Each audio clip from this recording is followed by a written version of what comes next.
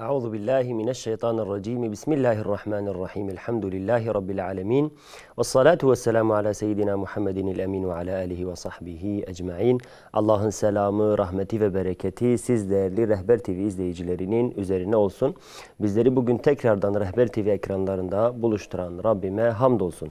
Yeni bir fıkıh ve hayat programıyla çok değerli Seyyidam Molla Abdülkuddüs Yalçın ile birlikte her perşembe olduğu gibi bugün de tekrardan huzurlarınızdayız. İnşallah sorularınız için ekranda gördüğünüz 0412 255 12 13 telefon numarası ve diğer iletişim adresleri üzerinden bizlere ulaşırsanız inşallah yayın akışı içerisinde cevaplamaya gayret edeceğiz. Rabbimden muvaffakiyet diliyorum. Tabi bildiğiniz üzere programımızın birinci bölümü bizlere canlı yayında kendi sesinizle bizlere ileteceğiniz sorular üzerinde olacak. Onun için ekranda gördüğünüz telefon numarasını çevirirseniz inşallah bizlere bağlanacaksınız. Saat başıyla birlikte ise programımızın ikinci bölümü WhatsApp'tan bizlere ileteceğiniz mesajlarla olacak. Bu şekilde Rabbimden muvaffakiyet diliyorum. İnşallah hayırlı, güzel bir program olur. Öncelikle Seyyidam hoş geldiniz. Nasılsınız? İyi misiniz? Hoş bulduk. Allah razı olsun. Allah iyilik versin. Allah sana da şifalar versin. Allah razı olsun Seyyidam. Teşekkür ediyorum. Sağ olasınız. Seyyidam dilerseniz ilk sorumuzla başlayalım. Evet. Bizlere böyle bir soru yöneltildi. Çocuk tedavisinde uygulanan işlemler için Seyyidam altan kontrol, rahim filmi, aşılama bu gibi sebeplerden ötürü kişinin, bayanın gusül alması gerekiyor mu? Yani farz mı, vacip mi? Hükmü nedir Seyyidam? Şimdi normalde gusül, yani bir bayana guslün vacip olabilmesi için yani bir erkeklik uzvunun dahil, yani duhul olması gerekir. Onun dışında mesela fitil kullanmak olur veyahut da işte film çekmek için bazı aletler kullanılır. Muayeneler yapılır. Bütün bunlar guslü gerektirmez. Yani guslün mucibi değiller. Evet. Ama bununla birlikte yani eğer gusletse iyidir. Yani bir sünnet olur. Vacip değil, yani farz değil. O gusül olma imkanı bulmazsa da yani bir şey olmaz. Abdestini alır, namazını kılar. Fakat gusül imkanı varsa guslederse iyidir. Peki evet. Selam. Selam, müsaadenizle ilk telefonumuz hazır galiba. Buyur. Ağrı'ya bağlanalım. Ağrı'dan bir izleyicimiz telefon hattımızda. Buyurun, hoş geldiniz yayınımıza. Hoş bulduk. Esselamu Aleyküm ve Rahmetullah. Ve Aleyküm Selam ve Allah'ın selamı, rahmeti ve bereketi Allah'a, peygambere ve Kur'an-ı Kerim'in içindekilere inananların üzerine olsun. Eyvallah, eyvallah. Buyurun abi. Efendim, 2 tane sualım olacaktır. Tabii, buyurun. Bizim oturduğumuz yer nahiyedir, büyüktür. Evet. Aynı çapta 4 tane cami vardır. Evet. Cuma namazını kim erken kılarsa veya kim en geç kılarsa bu cuma namazına hangi cami sevaba sahip olur? Bu bir. Peki, diğer İkincisi, cuma namazından sonra öğle namazı kılalım mı, kılmayalım mı? Mesela geçen hafta biz Mele Enver'e de sorduk. O evet. dedi peygamber kılmamış, sahabe-i kiram kılmamış, tabi'in kılmamış. İster kılın, ister kılmayın. Bakalım Abdülkudüs hocam bize ne söyleyecek? Allah'ın selamı tekrar Allah'a, onun peygamberine ve Kur'an-ı Kerim'e inananların üzerine olsun. Peki, Sosyalizme, komünizme, beşeri sistemlere selamımız olmaz. İyi akşamlar olsun. Allah'a emanet olun. Selametle inşallah.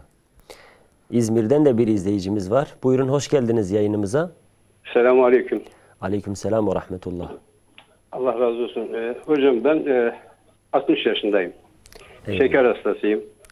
Rabbim şifalar versin inşallah. Bazı sorunlarım var. Ben namaza başladığım zaman evet.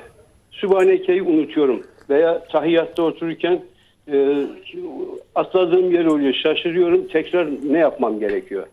Sadece Sübhaneke için mi söylüyorsunuz? Ya, diyorum çok zaman bu bende bir evet. hastalık haline geldi galiba. Tamam. Sübhaneke'yi unutuyorum. Sıradan aklıma acaba okudum mu okumadım? Belki de okumuşum. Bilmiyorum. Peki. Tahiyyata otururken şaşırıyorum. Unutkanlık başladı daha doğrusu. Sorunuz Bunlarda anlaşıldı sıkıntı yaşıyorum. inşallah. Bu gibi durumlarda ne yapılması gerekiyor? Bununla ilgili Seyyidimize soralım inşallah. Allah razı olsun. Sağ olun, Sizden var de olun. inşallah. Rabbim işinizi gücünüzü Allah'a rast emanet getirsin. olun. Sağ olun. Selametle kalın inşallah. Sağ olun. Seydam, ilk sorumuz, kardeşimiz dedi ki ben bir nahiyede oturuyorum. Oturduğum nahiyede 4 tane cami var. Bilemiyoruz hangi cami ilk önce namazı bitiriyor. Acaba Cuma'nın sevabı hangisine gidiyor? İsterseniz ilk önce bu sorunun cevabını verelim kısaca. Evet. Euzubillahimineşşeytanirracim. Bismillahirrahmanirrahim. Yani şimdi birden fazla caminin bulunduğu büyük yerlerde elbette ki tabii ki ona göre değişik yani müteaddit cumalar da kılınıyor. Yani Evet. bu bir memleketimizde bir ihtiyaç olmuş. Yani bir mecburiyettir. Dolayısıyla Allah'ın izniyle o cuma sevabı herkese gider yani. Çünkü bütün Müslümanlar cuma namazını kılmak üzere camiye koşar, camiye gider. Cuma namazı için gider. Hatta diğer vakitlerde belki müsait olmayan veyahut da biraz tembellik edenler de mutlaka cuma namazına giderler. Yani inançlı olanlar mutlaka giderler.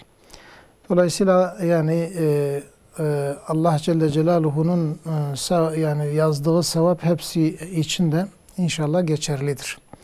Tabii ki mesela bizim fıkıh kitaplarında yazılır. Yani ilk cuma namazını kılan onun cuması makbuldür. Diğerleri makbul değildir. Bunu da mesela bu da hangisinde olduğunu bilmediğimiz için ihtiyaten öğle namazını da kılmamız gerekir diye iade veyahut da o sayılar şeye göre midir, ihtiyaca göre midir, fazla mıdır falan o da bilinmiyor. O da kontrol edilemiyor yani. Bu nedenle yani öğle namazının kılınması ihtiyaten kılınıyordu. Yani kılınıyor şimdiye kadar. Bizim Şafii fıkıh kitaplarında da bunlar geçiyor zaten. Fakat hani Seyda zaten cevabını vermiş, Seyda Mela Enver cevabını vermiş yani. İster kılın ister kılmayın. Yani kılabilirsiniz, kılmayabilirsiniz. Eğer öğle namazı kılmasalar da inşallah bir şey yoktur. Yani zararı yoktur. Kılsalar da o ihtiyata binaen belki daha iyi olur. Yani bu da bize yani bizim fıkıh kitaplarımıza dayanarak bunun daha iyi olacağını düşünüyoruz. Artık kişi serbesttir bu konuda, bir Müslüman, bir mümin insan. Kılmak ve kılmamak konusunda serbesttir. Yani farzını yerine getirmiştir Cuma'yı kılmakla. Evet Seydam. Evet. Peki. Allah razı olsun. Seydam, diğer izleyicimiz şöyle bir soru sordu. Dedi ki ben 60 yaşındayım. Evet. Şeker hastalığım var. Unutkanlığım baş göstermiş. Unutkanlığım artmış. Yani özellikle Sübhaneke'yi söyledi. Bir de ekstra bazen mesela teşehhüdü unutabiliyor. Yani ekstra namazda yaptığı unutkanlıklarla ilgili acaba bunun hükmü nedir? Evet. Yani örneğin Sübhaneke'yi unuttu, ne yapması lazım? Teşehhüdü unuttu, ne yapması lazım? Sübhaneke'yi okumak müstehaptır. Farz değil. Yani şimdi Hanefi mezhebine göre zaten hatta Fatiha'nın yani kendisi de yani muayyen olarak müteayyin değil. Yani Kur'an-ı Kerim'den bir miktar okunursa, en az 3 ayet okunursa bu yeterli görülür. Dolayısıyla Sübhaneke'yi unuttuğundan dolayı hiçbir şey gerekmez yani. Ki diyor belki ben okumuş da olabilirim. Yani bir hastalıktır. Mazurdur yani bu seyircimiz. Mazurdur, özürlüdür hastalıktan dolayı. Çokça meydana gelen bir durumdur. Dolayısıyla böylesi durumlarda da hani daha geniş şey yapılır. Yani daha geniş düşünmesi lazım. Daha rahat olması lazım. Yani kendine vesvese yapmaması. Mesela eğer ciddi bir şekilde eğer işte ben bunu unuttum yani kesin biliyorsa, mesela diyelim ki kıyamda kıraat yapmadı. Yani Fatiha veyahut herhangi bir şey okumadı. Bunu kesin bilirse o zaman bir rekat kılar ve sonradan sehv secdesine gider. Yok mesela sadece bir yani düşük bir şüphe ise ve bu hastalıkta olduğu için o zaman zararı yoktur yani inşallah. Peki Seydam. Evet. Müsaadenizle 2 telefonumuz daha var. Birinci izleyicimiz Ankara'dan. Buyurun, hoş geldiniz yayınımıza. Hoş bulduk. Selamünaleyküm. Aleykümselam ve rahmetullah.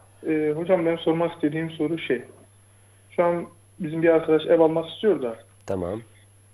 bunun için normal bankadan kredi çekmesi caiz midir? Çünkü katılım bankalarının oranı çok yüksek. O bankalardan ev alması biraz mümkün görünmüyor.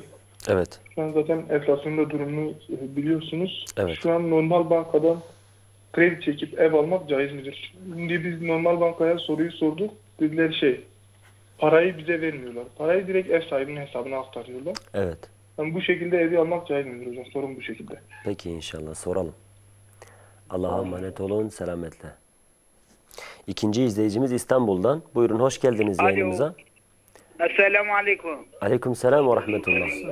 Hayırlı akşamlar. Sağ olasınız, teşekkürler. Buyurun. Hocam 2 tane sorum vardır. Evet, buyurun alalım. Şimdi ben Şafii mezhebindeyim. Tamam. Geçen 2-3 gün önce camide namaz kılarken cemaatle Tamam. Hanefi imamın peşinde. Tamam. Şimdi ilk rakatta yani iftitah duasını okuduktan sonra Euzu Besmele çekince hoca rükûa gitti. Tamam. Ben de gittim. En son teşehhütte hoca gitti. Selam verdi. Ben selam vermeden niyet ettim. Hocaya ayrıldım. Tamam. Baktım eğer bir rekat daha kıldım. Tamam. Oturdum. Etehiyatı okudum. Sehvi secdesini yaptıktan sonra selam verdim. Tamam. Bu şekil namaz kıldım Şafii mezhebine olarak. Tamam. Benim namazıma herhangi bir zarar var mı yok mu? İkincisi de İkincisini de alalım. Hanefi mezhebinde yani Şafii Hanefi hangi namazda olursa Fatihasız diye namazsız olmuyor. Ama cenaze namazında Fatiha okunmuyorlar. Bu nasıldır? Bunlarınki namaz mı, dua mı sadece nasıl bakıyorsunuz? Hocama soracaktım. İkinci sorunuzu kısaca tekrarlayabilir misiniz? İkinci sorunuzu. İkinci değil mi? Evet. Kısaca. Şimdi hani Hanefi, Şafii her iki mezhepte de Fatihasız namaz olmuyor diyoruz Tamam. değil mi? Tamam. Ama cenaze namazında Hanefi mezhebinde okunmuyor. Fatiha okunmuyor. Bu onlarınki dua yerine mi geçer yoksa namaz olarak mı geçer? Peki. Soralım inşallah. Anlaşıldı. Hayırlı Allah'a akşamlar. emanet Teşekkür olun. ediyorum. Selametle bizler teşekkür ederiz. Sedam izleyicimiz dedi ki şu an faizli bankaların verdiği kredinin faiz oranı katılım bankalarının koyduğu kardan çok daha düşüktür. Dolayısıyla yani ikisi yani netice olarak aynı şeye geliyor fakat katılım bankasının oranı daha yüksek. Biz de ev almak istiyoruz. Faizli bankadan kredi çekip ev alabilir miyiz, alamaz mıyız? Yani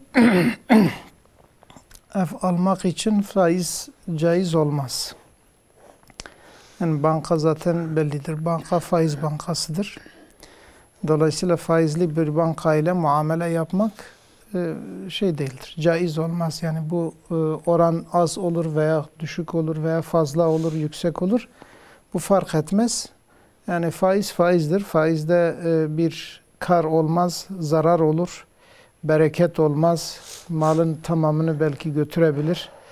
Böyle mali bereketsiz kılar. Onun için mümkün mertebe faizli bankalarla muamele etmemek en doğru şeydir. Ve onlarla muamele etmek eğer zorunlu ise zaten zorunlu malumdur. Diyelim ki bir kişinin maaşı oraya yatırılır, gidip oradan alır, çeker falan. O ayrı bir konu ama kendi isteğiyle bir Müslümanın faizli bankaya gitmesi caiz olmaz. Peki katılım bankasına gidip kredi çekerse Seydam? Hani her ne kadar oranı daha yüksek olsa bile. Yani kredi çekmek ala kulli hal faizdir. Yani faizli mesela eğer kredi çekiyorsa. Ev satın almak için Seydam. Ama ev satın almak mesela gerçi uygulama sanki hemen hemen birbirine benziyor. Katılım bankalarında da mesela para kişiye verilmiyor, mal sahibine verilir. Diğer bankalarda da yine aynı mal sahibine verilir para. Fakat önemli olan o bankanın nasıl işleyişidir, yani işlem yapmasıdır. Normalde bir banka faizle eğer çalışıyorsa o da çektiğin paralar direkt faizin paraları olabilir ve o şekilde bir senin hayatına faiz girer. Caiz olmayan bir durum meydana gelir. O nedenle yani biz diyoruz ki faizli bankayla muamele etmemek gerekir. Diğeri mesela murabaha usulüyle satıyorlar. O şekilde yani herhangi bir mezhepten bir fetva almadan hareket etmediklerini söylüyorlar. Biz de onların söylemelerine binaen yani artık bu faiz olmadığı zaman caizdir. Kişinin gücü varsa oraya gider. Gücü yoksa biraz daha sabreder. Allah inşallah bir yol açar yani. İnsan haramdan kaçarsa ve takva yolunu gösterirse inşallah Allah ona da kolay bir yol açar. Yani Allah Celle Celaluhu'nun vaadidir. Önemli olan sabretmektir, inanmaktır yani. Evet. Yani her ne kadar netice bir olsa dahi birinin yolu şer'idir, diğeri şer'i değil. Evet. Dolayısıyla diğerini tercih etmek daha evla olur. Peki Seydam. Diğer izleyicimiz şöyle bir soru sordu Seydam. Dedi ki ben Şafii mezhebine tabiyim. Arkasında namaz kıldığım kişi ise Hanefi mezhebine tabi bir imamdı. Ben daha Fatiha'mı bitirmeden Seydam, hani biliyorsunuz Hanifiler, Hanefi mezhebinde Evet. Yani cemaatle kılınan namazlarda Fatiha okunmuyor. Me'mumlar, tabi olanlar yani imamın okuduğu Fatiha onların da Fatihası oluyor. Onlar okumuyorlar. Şafiiler ise okuyor. Kendisi daha Auz Besmele çekiyor. O esnada imam rukuya gidiyor. Dolayısıyla o da imama tabi olduğu için Fatiha'yı okumadan kısacası onunla beraber hareket ediyor. İmam selam vereceği zaman kendisi selam vermiyor. Kalkıyor, bir rekat namaz kılıyor. Daha sonra ise sehih secdesi yapıp selam veriyor. Yaptığım bu uygulama doğru mudur? Değil midir diyor Seydam. Şimdi birinci rekatte Evet. birinci rekatte şeydir. Mesela eğer yani me'mum Şafii olan me'mumumuz eğer Fatiha'yı bitirmeden imam rükûa varmışsa onunla beraber rükûa varır ve onun rekatı sayılır. Velev ki beraber iftitah tekbiri almış olsalar bile değil mi? Evet. Beraber iftitah tekbiri almışlar ve diyelim ki imam biraz hızlı okumuş ama me'mum ise me'mum ise işte Eûzu Besmele'yi çeker, tabi eğer iftitah duasını okumamışsa, iftitah duasını okumuşsa o iftitah duası kadar Fatiha'yı okuması mecbur olur. Yani o imamla beraber rükûa gitmesi esnasında yani onun namazı bozulur. Ama eğer iftitah duasını okumamışsa, yani Veccehtu'yu okumamışsa, sadece Eûzu Besmele ve Fatiha'yı okumuşsa, buna rağmen Yarıda imama kalmış. yetişmemişse, evet yarıda kalmışsa o zaman imamla birlikte rükûa varır ve onun o rekatı sayılır. Bu birinci rekat için böyledir. Ama diğer rekatlar öyle değil. Diğer rekatlarda da bakar, eğer gerçekten çok geç kalıyorsa mazur sayılır o. Yani o zaman okumasını bitirir. Her ne kadar imamdan böyle biraz geride kalsa da, yani 3 rükün olmadığı müddetçe, yani ondan geride kalsa yavaş yavaş arkasından kendi namazını kılar ve ona tabidir. Bir şey olmaz. Evet. Ama şu var, mesela diyelim ki ikinci rekatta mesela veyahut birinci rekatta olur. Yani iftitah duasını okuduğu için Fatiha'yı da okudu, bitirdi diyelim. O esnada 3 rükün de eğer imamdan geri kaldı, o zaman mesela imamla beraber hareket eder. Eğer bir rekat eksilmişse dediği gibi yapar. Sonradan kalkar bir rekat kılar ve sehif secdesine gider. Peki izleyicimizin yaptığı şekil yani doğru mudur? İzleyicimiz şöyle mi yapmış? Birinci rekatta Yani birinci rekatta Seydam Fatiha yetişemediği için kalkmış bir rekat fazla kılmış. yani imamla beraber Aynı. rükûa gitmiş ve kalkmış ayrıyeten bir rekat fazla kılmış. Evet. Bu izleyicimizin namazını tekrar etmesi gerekir. Aynen. İade etmesi lazım. Çünkü o fazladan kılmış bir rekattır. Bilerek yapmış bir de. Evet. Tabi yani o rekatım sayılmamış diye düşünmüş. Halbuki o rekatı sayılmış birinci rekat. Peki Seydam. Evet. Diğer sorusu ise şöyleydi Seydam. Cenaze namazından bahsetti izleyicimiz. Hanefi mezhebine göre cenaze namazında Fatiha okunmaz dedi. Öncelikle bunu soralım. Öyle bir şey var mı yok mu? Yani bildiğim kadarıyla var. Fatiha Evet. var. Evet. 4 şeydir zaten. 4 tekbir getirilir. ve Fatiha okunur. Zaten onun söylediği bir şey daha var. Diyor bizim bildiğimiz 4 mezhepte Fatiha okunmadan namaz kılınmaz. Öyle bir şey yok. Biraz önce de söyledik. Yani Hanefi mezhebinde Fatiha yani ille de Fatiha olması gerekmiyor. Yani ayet-i kerimeler de okusa yani kıraat farzdır. Kıraat vaciptir. O kıraat Kur'an-ı Kerim'den herhangi birisi olsa olur yani. Yani ille Fatiha olması şart değildir. Dolayısıyla yani mezheplerin değişik, diğer mezheplere göre görüşleri değişik olabilir. Bu nedenle yani yine namaz namazdır. Yani o konuda bir sıkıntı yoktur yani. Peki Seydam, telefonlarımız hazır mı acaba? Telefonlar. İstanbul'dan bir izleyicimiz var. Buyurun, hoş geldiniz yayınımıza. Selamünaleyküm. Aleykümselam ve rahmetullah. Hayırlı yayınlar. Sağ olasınız, teşekkürler. Buyurun. Ustam benim sorum şu olacak, ben Şafii'yim. Buyurun. Geçmişe dönük bir 10 yıllık namaz eksiğim var. Tamam. Ondan sonra şimdi elhamdülillah namazımı eksiksiz sünnetleriyle beraber 5 vakti net eksiksiz kılıyoruz. Evet. Ama bize bazen deyimler geliyor. Diyor ki senin eskiye dönük borcun olduğu için şu anki sünnetlerin geçersiz oluyor. Bunun açıklamasını istiyorum. Peki. Namazlardan sonra da devamlı değil, bazen de geçmişe dönük olan borçlarından dolayı kazalarını kılıyor.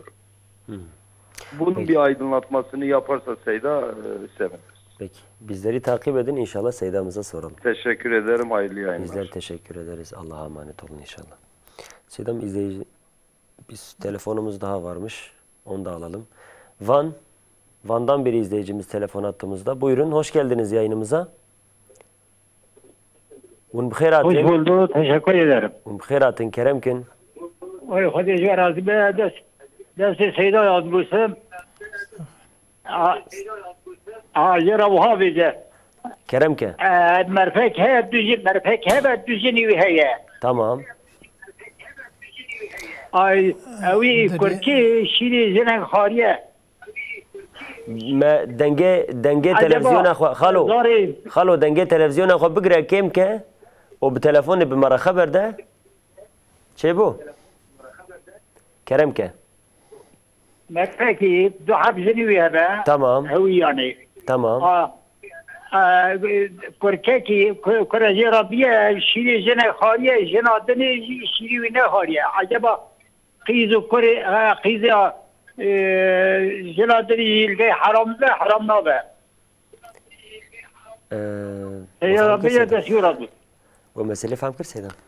Eri yani. Tamam, yani زیاده چه فهم نکر. Mele. تشکی مپرسن هی yoksa. Naz mefam kir. Tamam. Tamam خالو سر شبا می سوالات سیدا پرسن inşallah. سر شبا.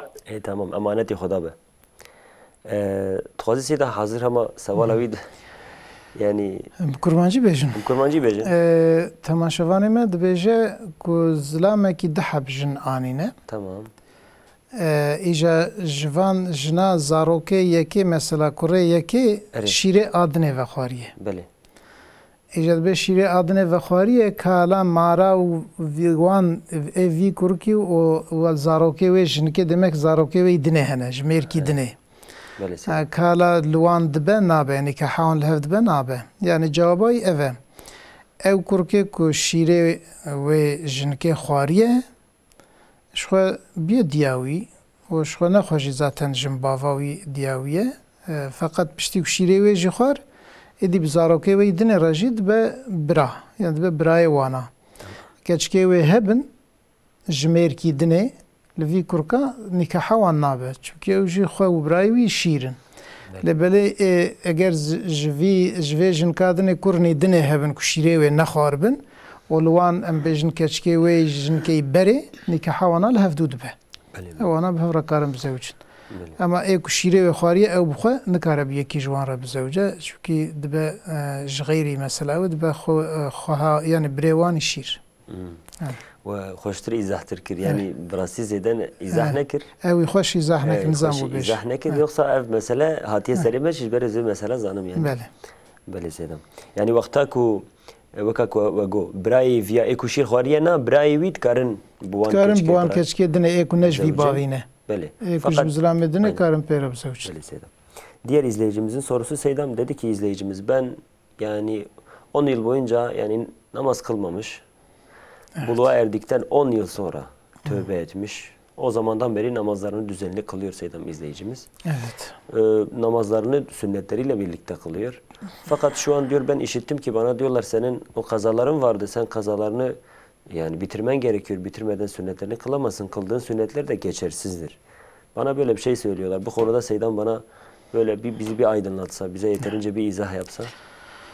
Evet, şimdi yani öyle söylentiler söyleniyor, yani o sünnetler kılınmıyor, yani kılınmaz deniliyor aslında. Yani o şeyi olan, kazası olan bir insanın kazası varsa sünnetleri kılmaması gerekir diye söyleniyor. Yoksa sünnetler geçersizdir değil. Yani kıldığı sünnetler geçerlidir. Çünkü o sünnetleri şartlarına uygun, rükünlerine uygun, erkanına uygun kılmıştır. Yani abdestli, kıbleye yönelerek, onu tadili erkan yaparak namazını kılmış, o sünnetler geçerlidir. Ve onların sevabını da alır Allah'ın izniyle. Şu var, yani bir yanlış anlaşılma olmuş. Hani kazaları olan bir insanın kazanın dışında bir şey yapmaması gerekir. Hatta sünnetleri dahi kılmaması gerekir. Onun yerine kazalarını kılması gerekir.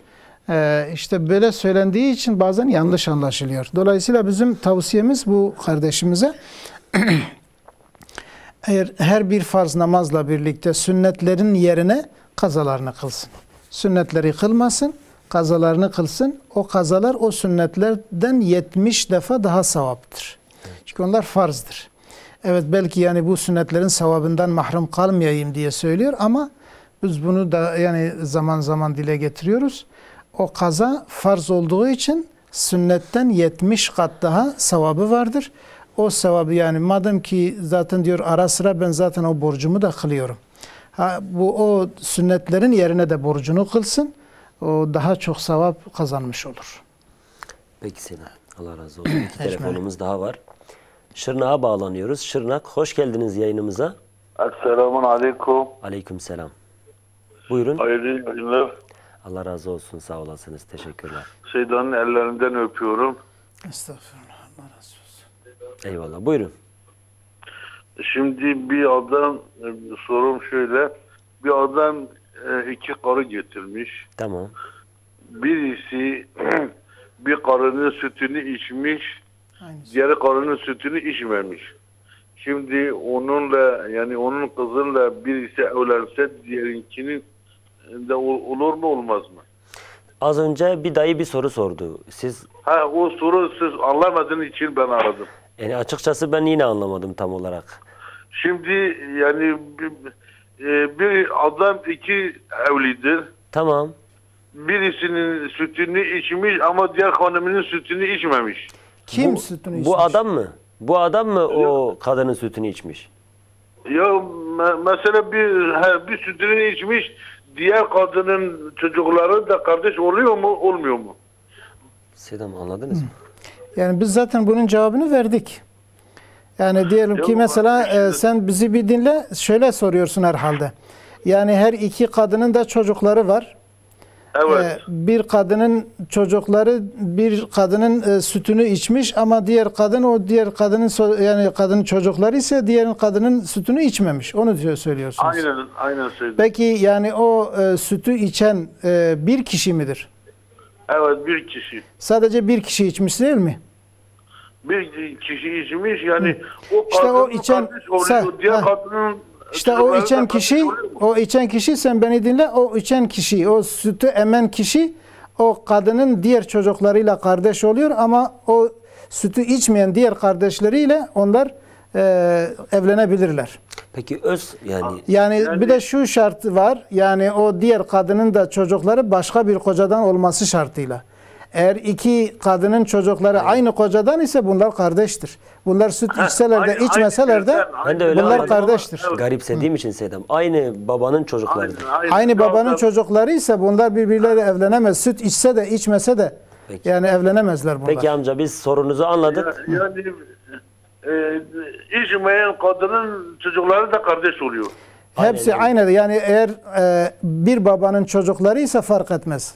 Bunlar birbiriyle kardeştirler. Peki Allah'a emanet olun inşallah. Selametle. Seni öpüyorum. Hayırlı Estağfurullah. yayınlar. Allah razı olsun. Allah Allah'a razı emanet olsun. olun. Teşekkür ederim. Bir telefonumuz daha var. Adana'ya bağlanıyoruz. Buyurun Adana.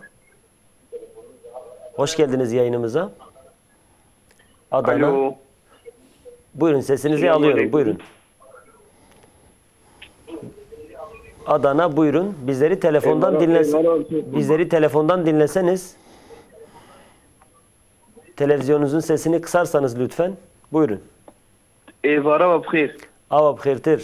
Ava bxirtir. Çavanın başım rahat inşallah. Khudaya Teala jwa razı be inşallah. Keremkin. Kudeş ve razı be eslam seydat ke medsi maçit ke Aleyküm selam. Estağfurullah. Hudeş ve razı be. نها السؤال سيدرا بيشم Beli Keremkin. نها اس ادن ردنن ادن الجماعات ماشي برف زعف طريقات هنا زعف جماعات هنا Tamam. فيجا اف طريقات اف شما تفد حما قوم بلا ناين هفتو مثلا ايرو لاوروبا لغاورا لغير مسلم لاوروبا لغير مسلم خليفه وان هنا خليفه وان كي خليفه وان بابايا Beli. حكومه دي حكومه حمد شتي Beli beli. يعني جو بابا تشد بيجي حمد ليدنره Yani win bu kurtasi dibêjin çima serokê Müslüman İslami hatine. halifetine. Beli beli. Peki seval ev hat fahmi em Türkiye cevabı bin dibe yoksa em kurbancı bêjin? Yani İro çima İslami Müslümana halifi Müslümanatına ev yek. O İro tarikat hamme bunun düşmeni hevdu İro tarikat hamme ketine navranti. Beli. İro Filistini, Afganistan'ı, Yemen'i Müslüman dokujun, halkı ma dokujun, kez hesab ve darnağini. Beli. İro televizyonu şeyh derkeve televizyonu bir siyaset iştageli, bir gayri muhalal iştageli, yekde derkeve bahs tasavvufi naki. Beli. Yani İro şeyh ve mella nebehevdunu, İro hammeketine bu dünyayı, neşbu kudi, neşbu yani İro mella hammeketine bin kadroli, bin emri devleti. Yani bu müsaade ve hep İslam, dini İslam için bir halife maya. Birey aziz. Sevala ve hat fahmi inşallah. Yani evine programa tartışmaya. Jber ve sevala ve hat fahmi ama seyda pırsın inşallah. Tamam. Selamun aleyküm. Bula jmerci dağa bakı şevap khir inşallah. Amanet bin inşallah ser çava. Seydam bu süt meselesi yani ben ilk başta onların sorduğu gibi anladım. Fakat çok garipsedim. Yani iki evlidir. Yani o meseleyi isterseniz bir kısaca tekrar O diyor belki şöyle düşünmüş. Yani hani mesela aynı anneden değiller diye. Aynı anneden değiller. Belki bunlar birbirleriyle evlenebilirler ama birbirlerinin sütünü içenler yani sanki yabancı bir kadının sütünü içmiş gibi oluyor. Süt meselesi önemli. Orada bir yanlış anlaşılma olmuş. Aynen öyle. Yani o sütten önce zaten kardeştirler. Aynen. Babalar birdir çünkü. Babaları bir olduğu için süt emseler de emmeseler de o evlilik zaten kesin olmaz. Evet. Baba bir kardeştirler. Peki evet. Seydam. Adana'dan bizleri arayan izleyicimizin sorusu için ne diyorsunuz Seydam? Yani aslında kısacası, o soru değil bir derttir. bir Müslümanların bir derdini söylediği. Aynen. Hepimiz o dertten muzdaribiz. Fakat Allah'ın izniyle yavaş yavaş bir çırpınma da vardır. Yani bir birliktelik için yapılan çalışmalar da vardır. Belki o sadece böyle karanlık tarafı görmüş. Ama elhamdülillah yani aydınlık taraf da var ve bu Allah'ın dinidir. Allah'ın izniyle bu yavaş yavaş Müslümanlar uyanır, bir araya gelirler ve bu konuda hadis-i şeriflerin müjdeleri de vardır. Önemli olan bizim ne yapmamızdır. Yani evet belki o görüyor, diyor ki işte imamlar şöyle, şeyhler böyle, tarikatlar böyle ama peki yani sen ey kardeşim sen madem ki görüyorsun bunların yanlış olduğunu görüyorsun, o zaman sen doğru yolda ilerle. Hepsine dost ol, hepsi Müslümandır. Hepsini kardeş bil, hepsine dua et. İslam ümmetinin birleşmesi için dua et. Ellerinden bir yardım gelebiliyorsa yani Afganistan'a, Filistin'e veyahut Yemen'e muhtaç olan Müslümanlara yardımda bulun. Ümitsizlik ve dua et. Yani ümitsizlik değil. Evet yani bazı yanlışlar var. Bu da zaten bu yani derin bir yaradır. Bu sadece böyle birkaç lafla söylenecek bir şey değil veyahut bir televizyon programında çözülecek bir mesele de değil. Çok derin ve zamanla Kafirler bunun üzerine böyle yüzyıllarını vermişler. Ve milyar dolarlarını sarf etmişler ki Müslümanları böyle paramparça hale getirmişler.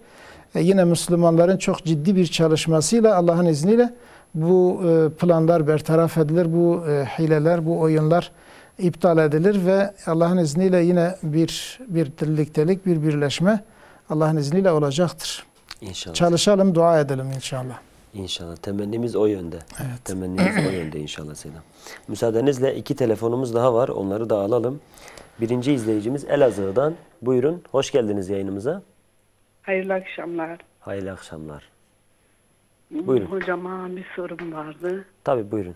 İçkili olan marketlerden alışveriş yapmak caiz midir? Başka sorunuz var mıydı? Tekrar hayırlı akşamlar diliyorum. Peki. Selametle inşallah. Bizleri dinleyin. Sorunuzu cevaplayalım inşallah. İkinci izleyicimiz Diyarbakır'dan.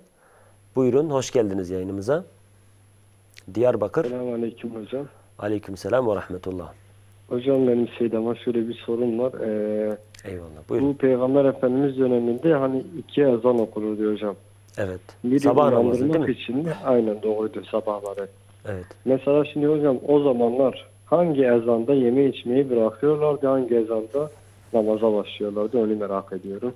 Peki. Seydam'ıza Tekrar soralım hayırlı inşallah. akşamlar. Allah'a emanet olun. Allah'a emanet olun. Selametle.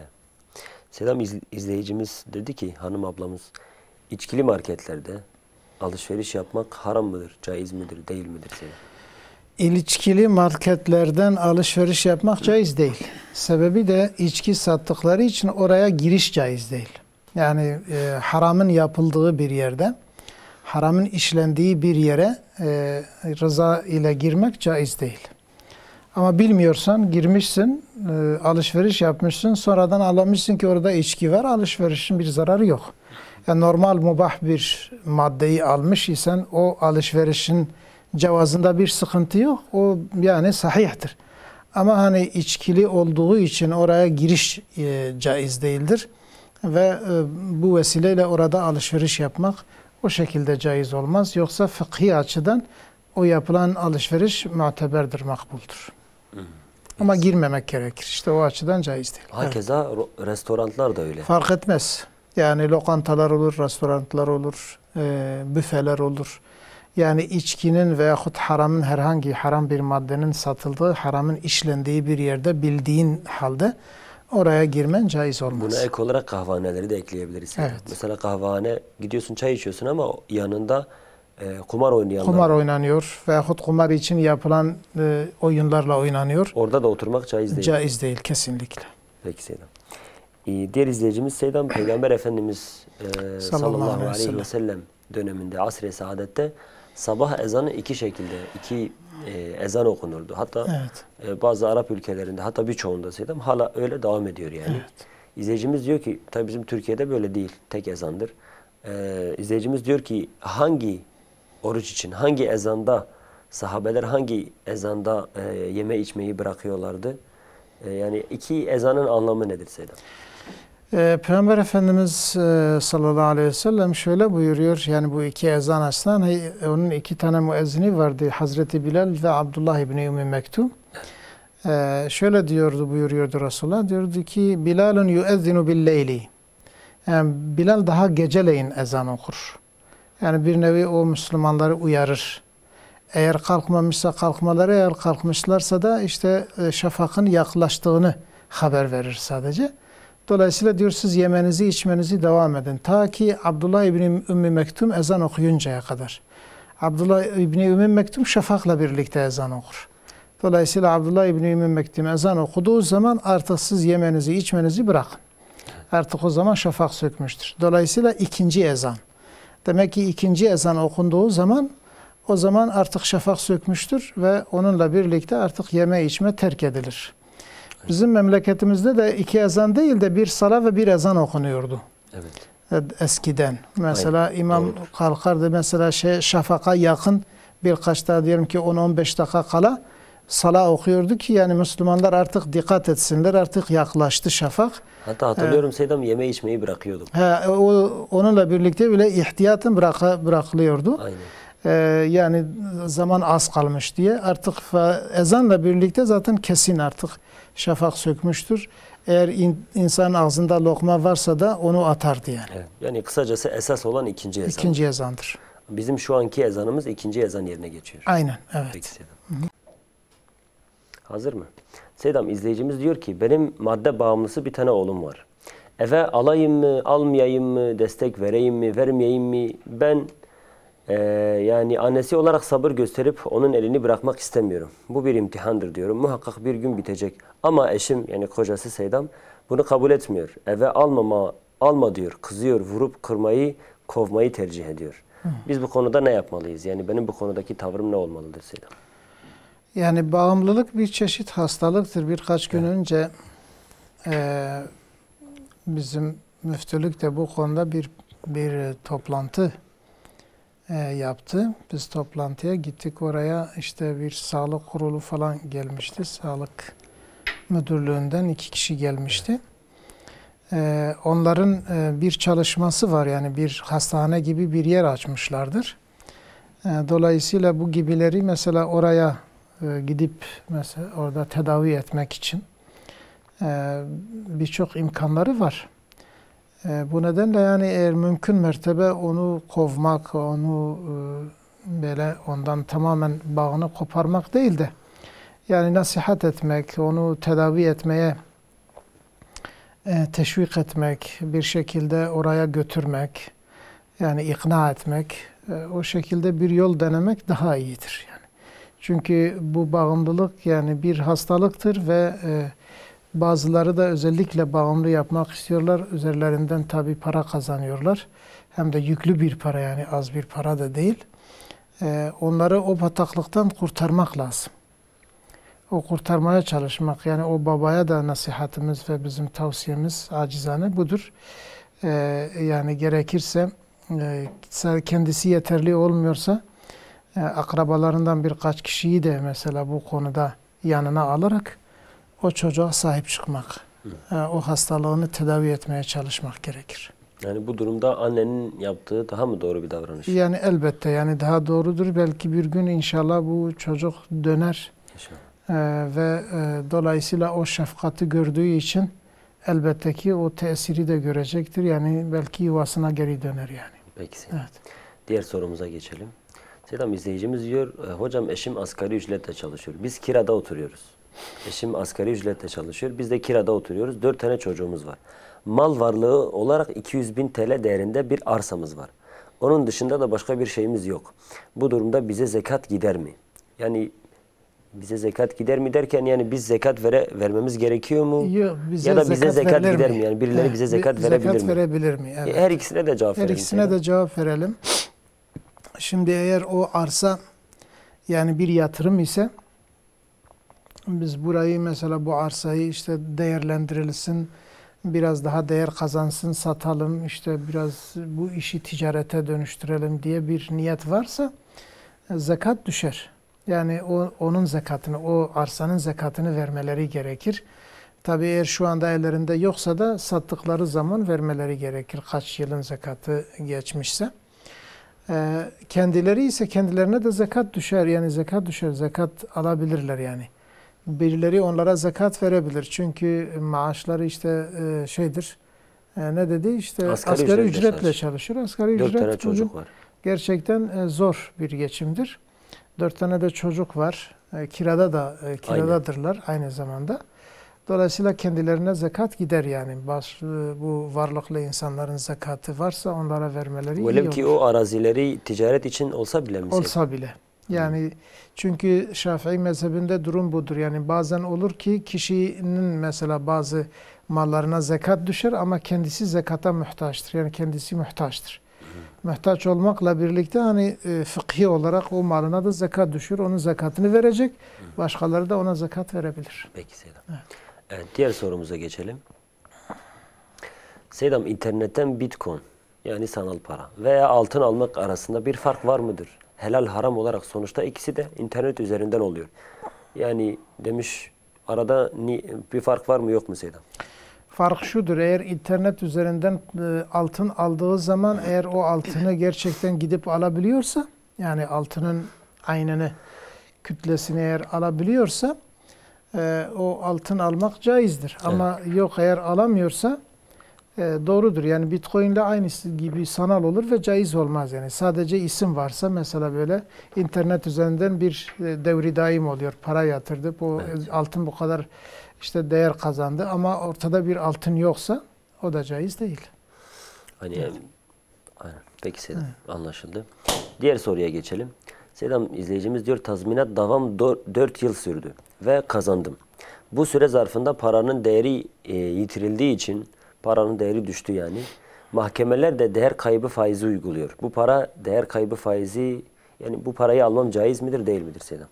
Evet, caizdir. Çünkü paranın değeri düşüyorsa altına göre hesaplanır. Yani altından fazla eğer bir şey... Dilerseniz tekrar izah edeyim Seydam. Evet. Mesela kardeşimiz örneğin 4 yıl önce iş yerinden çıkmış ve tazminat davası açmış. Evet. Mahkeme örneğin 4 yıl sonra neticelenmiş. Evet. O zamanın parasıyla tazminat 200'dü, şu an 1 milyar olmuş mesela. Evet. Bu durumda o parayı alması caiz midir, yoksa aradaki o farkı başka yere mi vermesi lazım? O farkı da alabilir çünkü değeri düşmüş. Yani değeri düştüğü için o farkı alabilir. Özellikle şeye göre, İmam Ebu Yusuf'un görüşüne göre yani o kaybı da alabilir. Yani eğer fazla değilse.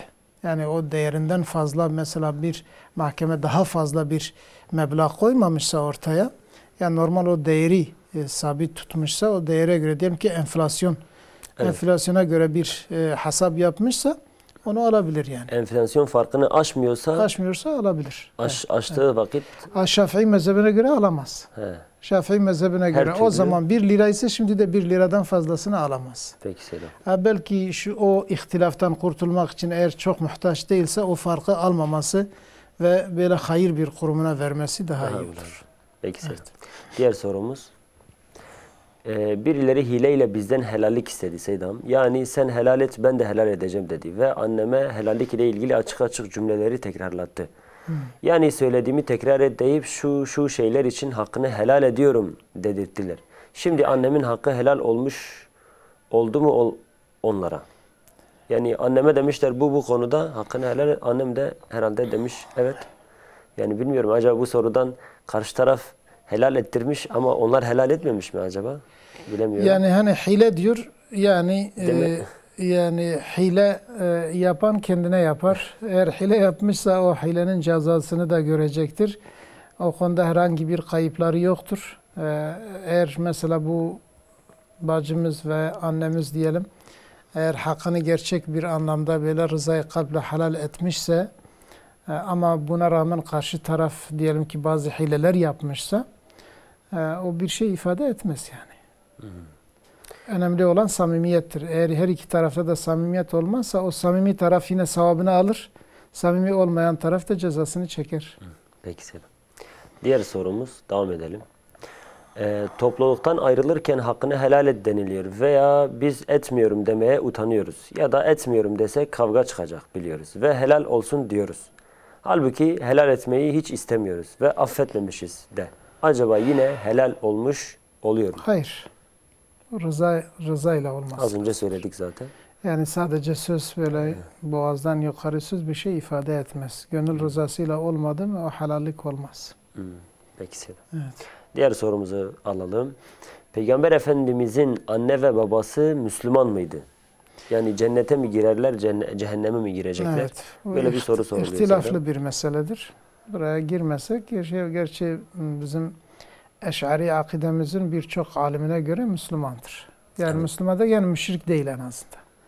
Müşrik Haniftirler. değil. Yani haniftirler, müşrik değiller. Yani anne ve babası, hatta dedeleri ta Hazreti Adem'e kadar da yani müşrik değil diye söyleyen alimlerimiz var ama ihtilaflıdır. Evet. Şimdi Selam, bizim toplumda yani bu sorunun sorulması bile facia. Yani sen birine böyle bir soru sorarsan çok, çünkü insanlarımız da yani Eş'ari fıkhına göre. Evet, Eş'ari, yani biraz bir kutsal şeyle bakıyorlar. Evet. Ondan dolayı bizde de kabul gören görüş yani onların Müslüman olduğudur. Yani bunu söylemek daha doğru. En azından müşrik olmayışlarıdır, hanif olmalıdır. Aynen. Yani ikisi arasında bir tercihte bulunursak hangisini söylesek daha evladır Seydam? Yani biz onların müşrik olmadığını inşallah diyelim. Yani özellikle annesi babası yani. Onların müşrik olmadığını, şirk koşmadıklarını söylememiz daha iyidir. Peki Seydam. Diğer soruyla devam edelim. Guslü gerektiren haller nelerdir Seydam? Böyle bir soru var. Genel bir soru sormuş. Yani kısacası söylesek mesela hayız kadının aybaşı halidir. Aybaşı hali dediğimiz. Bir de lohusalık, hani doğumdan sonraki doğumun kendisi de ve doğumdan sonraki kanın gelmesi. Evet. Bir de cünüp ve bir de Müslüman, yani bir insan öldüğü zaman diri olanlara, yaşayanlar üzerinde onu gusletmeleri vaciptir. Aynen bu kadar. Bu kadar. Peki Seydam. Diğer sorumuzu alalım. Saçı boyamak caiz midir Seydam? Erkek veya bayan ikisine de caiz mi? Şimdi erkeklerin saçlarını boyaması, biz kadınların. masumana baksak, yani normal fıkıh kitaplarına göre gidersek saçı siyaha boyamak haramdır. Evet. Diğer renklere boyamak caizdir. Kitaplarımızda bu. Fakat günümüzde biraz durum değişmiş. Evet. Günümüzde kadınlar mesela özellikle yeşil, mavi, kırmızı, sarı, beyaz, siyah her renge boyuyorlar ve bu bir moda olmuş. Evet. Tamamı haramdır. Evet. Tamamı haramdır. Özellikle de boyayıp da saçlarını açarak dolaşıyorlar. Evde peki boyasa? Ama bu mesela sadece evde olursa. Evet. Ve sırf kendi kocası için. için. Ve hiçbir kadın dahi görmezse, o boyayı hiçbir kadın görüp de ondan örnek almamak şartıyla bir kadının saçını boyamasında bir sakınca yoktur. Peki erkek Seydam, erkeğin saçını siyahın dışında bir renge boyaması? Erkeğin saçının siyahın dışında mesela eğer moda şekliyle değil, yani gayrimüslimlere benzemek niyeti olmaksızın. Yani mesela diyelim ki kırmızıya boya, özellikle kınayla boyamak sünnettir. Saçını, sakalını kınayla boyamak sünnettir. Yani kırmızıya boyamak sünnettir. Sarıya boyamak sünnettir. Hatta Peygamber Efendimiz Hazreti Ebu Bekir radıyallahu anh'ın babası Ebu Kuhafe'yi görünce diyor nedir bunun, mesela bunu saç sakalı izhir denen bir şeye benzetmiş. Bir bitki ki mesela böyle demek bembeyazdır. Bunu niye boyamıyorsunuz diye çıkışmış onlara. Boyayın diye. O zaman boya daha çok yani tabii siyahın dışındaki boyalar daha çok kullanılıyordu. O sünnettir. Ama günümüzde eğer erkek dahi olsa yani gayrimüslimlere benzemek niyetiyle yapsa bu caiz olmaz. Peki Seydam. Diğer sorumuzu alalım hemen. Geçelim. Şevval ayında tutulan oruç kazanın yerine geçer mi Seydam? Bu soru çok soruluyor. Kazanın niyetini getirmesi gerekir. Yani Şevval orucunda, Şevval ayında 6 gün oruç tutacak. O 6 gün için de kaza niyetini getirirse, ki getirmesi gerekir. Ve Şevval'ın sünnet niyetini getirmemesi gerekir. Sadece kaza niyetini getirirse o zaman Şevval kaza yerine geç, zaten kaza olur ve Şevval'ın sevabını da alır. Bizde Seydam şöyle oluyor.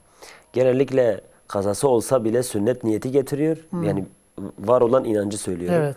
Sünnet niyeti getiriliyor ve sünnetin kaza yerine de geçtiği söyleniyor. İşte o değil. Öyle bir şey yoktur. Yok. Öyle bir şey olmaz. Diğer sorumuza geçelim.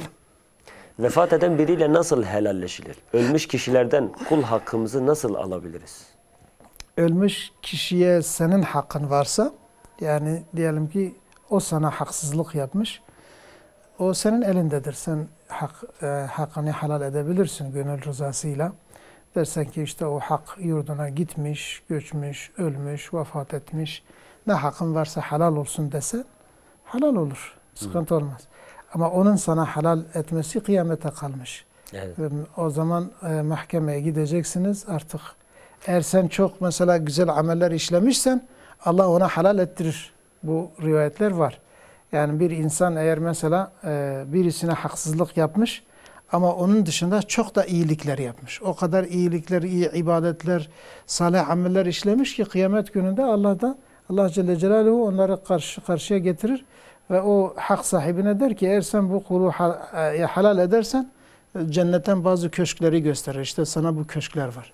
O da onları görünce kendini tutmaz, helal eder. Evet.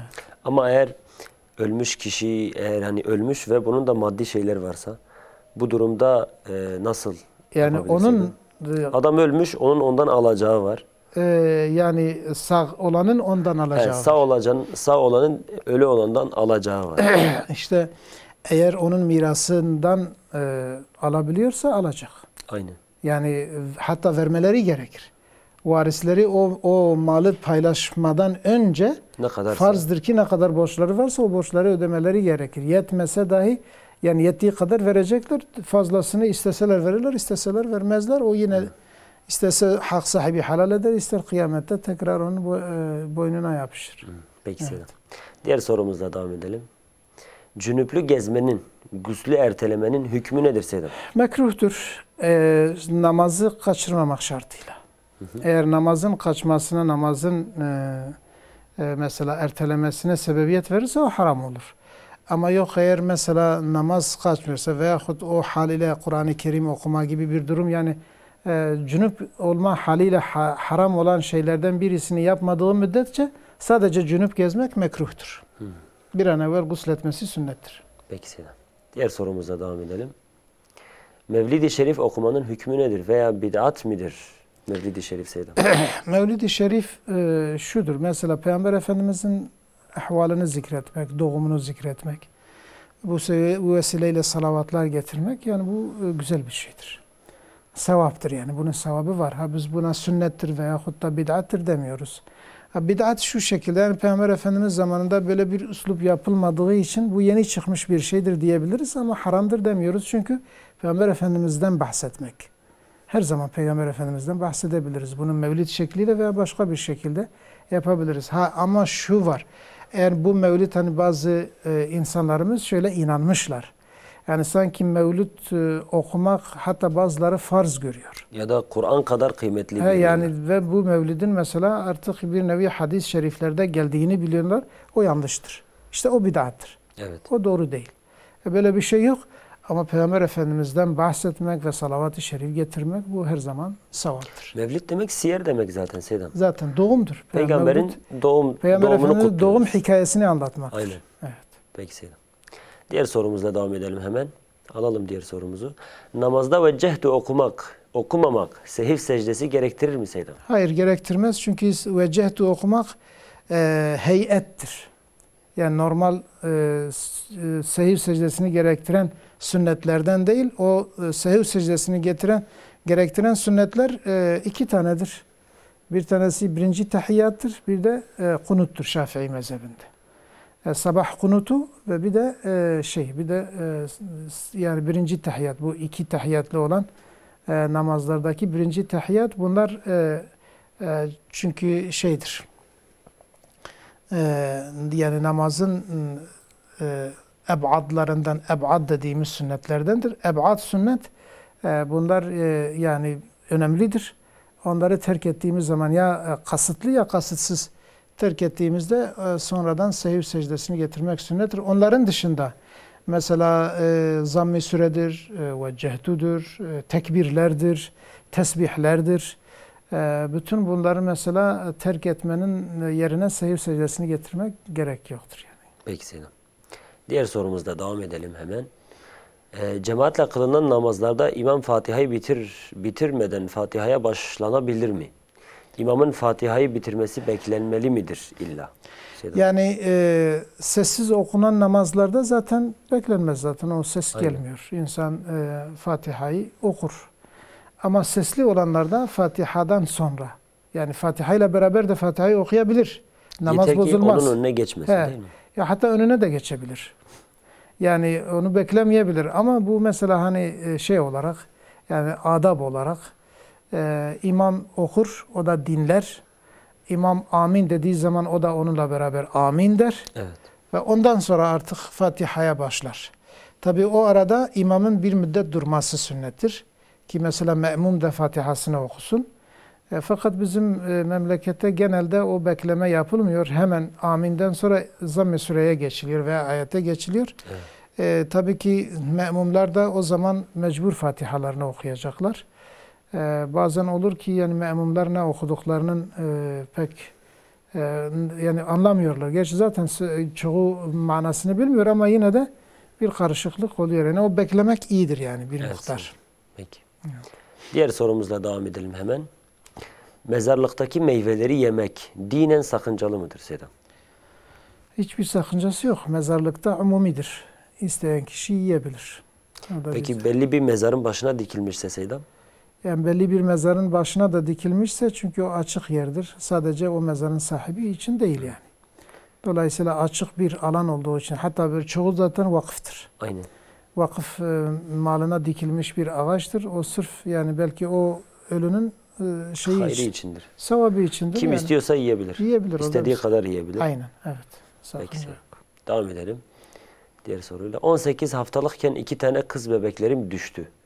2 yıl arayla onlara isim vermeli miydi? Yani 2 yıl arayla bu oldu. Hani 18 aylıkken ekst olmuş. Düşük. 18 haftalık diyor. Pardon 18 hafta. Aynen. Yani daha demek ki ana rahmindedir. Evet. 18 haftalıkken yani ruh üfürülmüş Seydam. Fakat üfürülmüş mü o aslında? 18 evet, hafta. Aynen. 18 Kaç hafta, ay oluyor? 6. 6 ay oluyor. Evet. Yani isim vermesi iyidir. Verebilir ama vermesi de bir şey olmuyor. Yani vermeli 4, diyor yani öyle bir mecburiyet yok yani. Aynen. Öyle bir mecburiyet. Peki Seydam. Devam edelim diğer sorumuzla. Seydam oğlum üniversite sınavlarına hazırlanıyor. Duanızı istiyoruz demiş. Allah muvaffak etsin ve onu inşallah hak yoldan ayırmasın. İnşallah. Önemli olan odur. Amin. Yani kazanmasından ziyade hak yoldan ayrılmaması en önemlisidir. Rabbim Aynen. Onu hak yoldan ayırmasın ve Amin. İyi yolda ona muvaffakiyetler versin. Amin inşallah. Varsa devam edelim. Şu an güncel olarak katılım bankalarına güvenebilir miyiz? Yani katılım bankalarına olan bakış açımız kısaca Seydam. Bu çok soruluyor, merak ediliyor. Nasıl olmalıdır? Yani hiçbir bankayla ilişkiye girmemek en iyisidir. Evet. Katılım olsun, katılım olmasın. Çünkü illa yani biz tam olarak bilmiyoruz. Ama bir işlem yapmak istiyorsa katılım bankalarıyla yapmamız daha iyidir. Onlar mesela zayıf görüşlerle de olsa onlardan dinlediğimiz kadarıyla yani fıkhi olarak yani şeriata uygun olarak hareket ettiklerini söylüyorlar. Bizim de güvenmemizde bir sakınca yoktur. Peki, açık bir şey gördüğümüzde zaten karşı çıkacağız. Yani karşı çıkmamız da onlarla ilişkiyi kesmektir. Evet. Peki Selam. Varsa devam edelim sorularımıza. Bir evin 1/3'ine paya girdim. Onun her ay kirasını alıyorum. Bana zekat düşer mi Seydam? Yani bir evin 1/3'ini satın almış Seydam. Her ay kirasını alıyor. O 1/3'inin kirasını alıyor. Buna zekat düşer mi diyor.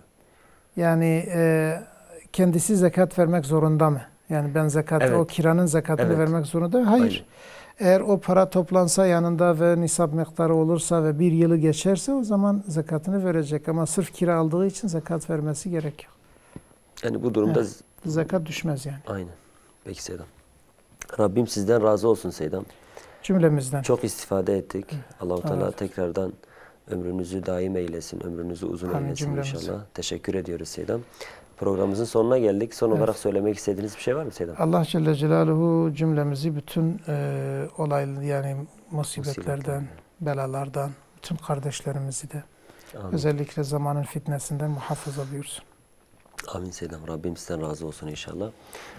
Tekrardan haftaya aynı saatte buluşmak dileğiyle Allah'a emanet olun. Hoşça kalın.